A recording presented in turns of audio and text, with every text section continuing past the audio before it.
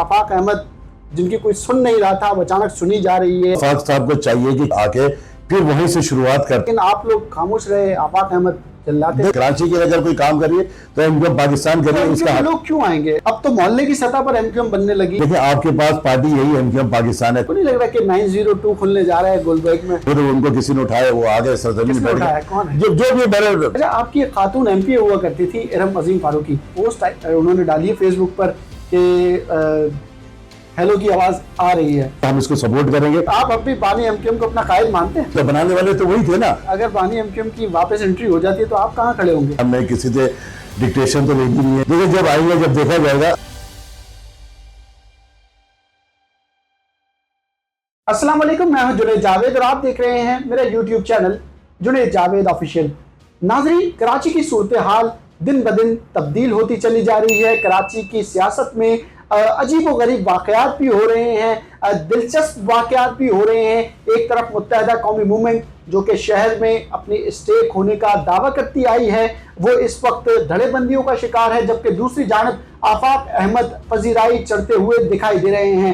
Peoples party کا mayor Karachi میں اس وقت موجود ہے, جو کہ ماضی میں متحدہ قومی موومنٹ کا ہوا کرتا تھا. ان تمام تر صورتحال پر بات کرنے کے اس وقت ہمارے ساتھ موجود ہیں رکن صوبائی اسمبلی جمال احمد صاحب. جمال صاحب السلام علیکم. السلام, اللہ کا شکر ہے. جمال صاحب, کیا ہو رہا ہے؟ کراچی کی صورتحال بالکل تبدیل ہو رہی ہے. آفاق احمد جن کی کوئی سن نہیں رہا وہ اچانک سنی جا رہی ہے, اور شہر میں ان کے جھنڈے بھی لگ رہے ہیں, ایکٹیویٹی شروع ہو چکی ہے. دیکھیں بہت شکریہ. وہ ہمارے ہی ایم کیو ایم جو ماضی کمیونٹ تھی, جب ایم کیو ایم ایک ہی پارٹی تھی, ایک ہی نام سے تھی, تو اس وقت ہمارے ساتھ تھے, کام کر رہے تھے نا. تو اب انہوں نے نازی ایم کیو ایم متحدہ قومی پاکستان جب سے بنی ہے تو آفاق احمد الگ ہو گئے تھے. لازمی وہ یہاں شہر کے حوالے سے, اپنی قوم کے حوالے سے مسلسل ہر ایشو کے پر آواز اٹھا رہے ہوتے. جیسے پیچھے ابھی کچھ ٹائم پہلے انہوں نے ڈمپر پہ اور اس کے اوپر جو ہے جو لوگ کچلے گئے, جو شہید ہو گئے, ان کے اوپر بھرپور آواز اٹھائی اور لوگ ان کی طرف مائل بھی ہوئے.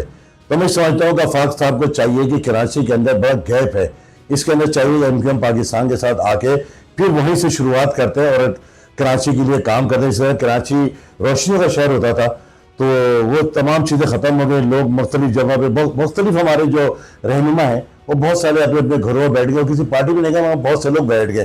میں سمجھتا ہوں اس وقت قوم کی اشد ضرورت ہے ایسے لیڈران کی جو ماضی میں اچھا کام کرتے رہے, اچھا بولتے رہے اور پارٹی کو لے کے چل رہے تھے. تو ہم پوری امید ہے انشاءاللہ آفاق بھائی ہو گئے یا کوئی بھی ہو گئے, جو لوگ گھر میں بیٹھے وہ سب ایم کیو ایم پاکستان کے اندر آئیں.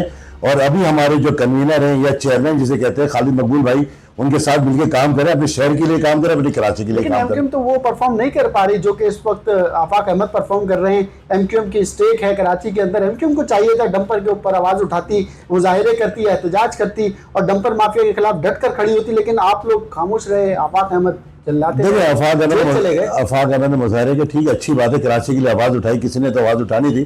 ایم کیو ایم نے جہاں آواز اٹھانی چاہیے تھی وہاں اسمبلی کے فلور پہ, قومی اسمبلی میں, سینیٹ کے اندر بھرپور بات کی, پریس کانفرنس کی, فاروق بھائی نے بھی کی اور خالد بھائی نے کی. ہم مسلسل کام کر رہے ہیں اور انشاءاللہ کرتے رہیں گے.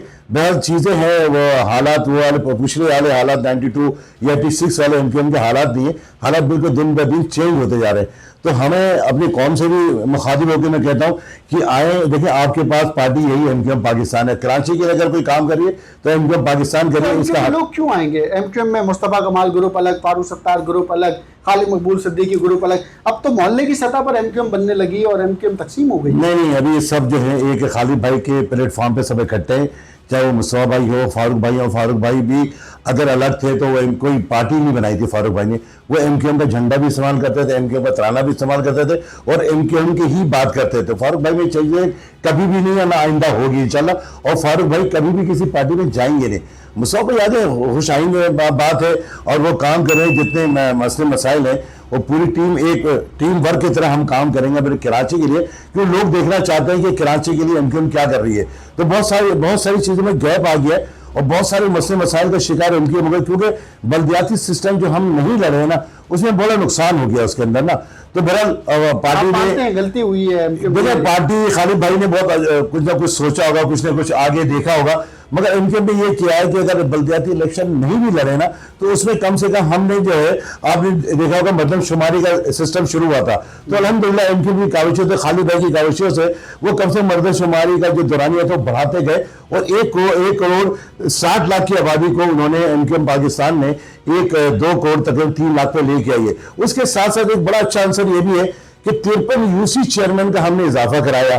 پھر بلدیاتی حوالے سے ہم نے ہائی کورٹ میں پیٹیشن دی 140 کی قرارداد کہ بھائی لوکل باڈیز کو بااختیار کیا جائے, اس کو وسائل دیے جائے. یہ سب پرویز مشرف کا ٹائم تھا, نو ڈاؤٹ پرویز مشرف نے بہت سپورٹ کی کراچی والوں کے لیے, اور پرویز مشرف کا پیسہ دیا. اس وقت ایم کیو ایم کا سسٹم تھا, ایک مسجد سیکٹر, یونیورس, تنظیمی معاملات, تنظیمی کمیٹی سب مل کے کام کر رہے.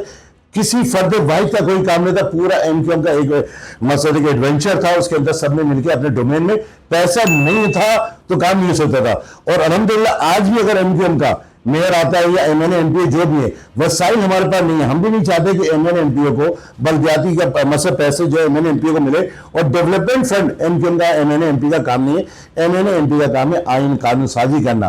تو ہمارے بہت سے لوگوں کو یہ پتہ نہیں ہے, کراچی میں رہنے والوں کو, وہ بس روزانہ فون میسیج کرتے ہیں کہ سیویج والا, پانی کا مسئلہ ہے, روڈ کا مسئلہ ہے, صفائی کا مسئلہ ہے. تو لوگوں کو بھی تھوڑی اویئرنیس ہونی چاہیے, یہ کام M N A M P کا نہیں ہے. مگر ہم 1986 سے یہ کام کرتے چلے آنے, یہ لوگ سمجھتے ہیں کہ یہ ہمارا ڈومین ہے.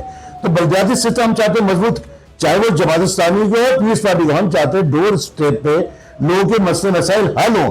جبکہ وسیم اختر کے ٹائم میں سب سے زیادہ ہمیں پرابلم کا شکار ہوئے, جبکہ ہماری قیادت کے کچھ لوگ, فاروق ستار بھی جیسے کہتے تھے, ہمیں 2 سال پہلے ہی بلدیاتی سسٹم سے نکالی, کیونکہ بالکل ناکارہ سسٹم تھا, نہ اس کے اندر کے ڈی اے تھے, نہ واٹر بورڈ تھا, مختلف ڈپارٹمنٹ نہیں تھے. پھر ہم کرتے کیا, 5 لاکھ روپے اس وقت یو سی چیئرمین کو ملا کرتے تھے. تو 5 لاکھ میں اس میں اسٹاف ہوتا ہے, یو سی کے اندر ہوتا ہے, الیکٹریسٹی کا بل ہوتا ہے, بہت ساری ایشوز ہوتے ہیں, تو نہیں ہو سکتا تھا. تو الحمدللہ ایم کیو ایم کی کاوشوں سے آج جو ہے سندھ کے اندر جتنے بھی مطلب یو سی چیئرمین ہیں سب کو 12 لاکھ روپے مل رہے.